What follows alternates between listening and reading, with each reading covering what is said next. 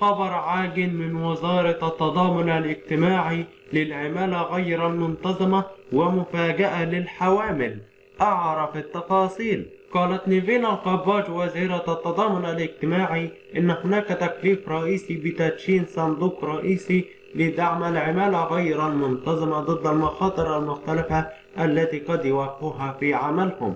وبحسب بيان صحفي من الوزارة اليوم، ترأست القباج لجنة وزارية لحماية ورعاية العمالة غير المنتظمة، والتي شكلت بقرار من الدكتور مصطفى مدبولي رئيس مجلس الوزراء رقم 2183 لسنة 2020، وتضم فيها العضوية ممثل عن كل وزارة القوى العاملة ووزارة المالية ووزارة الصحة والسكان وهيئة الرقابة الإدارية والهيئة القومية للتأمين الاجتماعي والهيئة المصرية لسلامة الملاحة البحرية وعدد من الخبراء.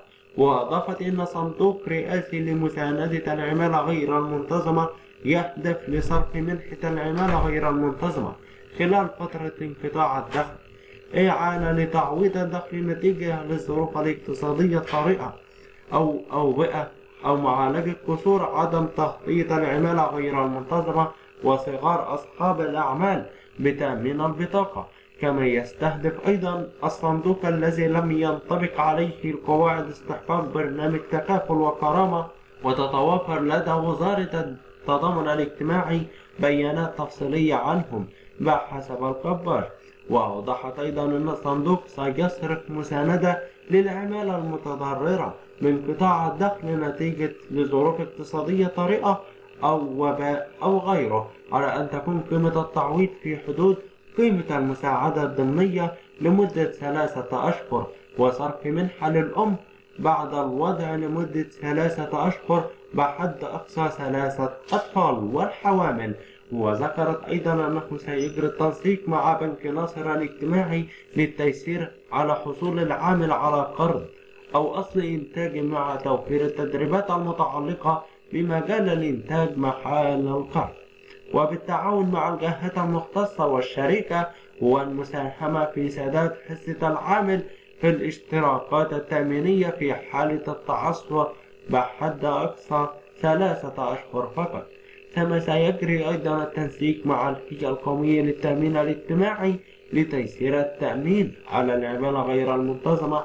وأكدت وزيرة التضامن الاجتماعي إن خطة عمل لجنة الحماية العامة هي العمالة الغير المنتظمة تتمثل في وضع خطة لإنشاء قاعدة بيانات جديدة وموحدة عن العمالة غير المنتظمة مع الربط بالجهات المختلفة، وتقييم أيضا الوضع الحالي للبرنامج الحماية الاجتماعية، وتقديم التوصيات بشأن مد الحماية الشاملة للعمالة غير المنتظمة. كما ستضع أيضا خطة لتعويض العمال غير المنتظمين برنامج الحماية الاجتماعية، ووضع خطط التمكين الاقتصادي للعمالة غير المنتظمة. وبكده نكون وصلنا لنهاية هذا الخبر. طبتم وطابت أوقاتكم. نلقاكم دائما في أفضل صحة وحال، والسلام عليكم ورحمة الله وبركاته.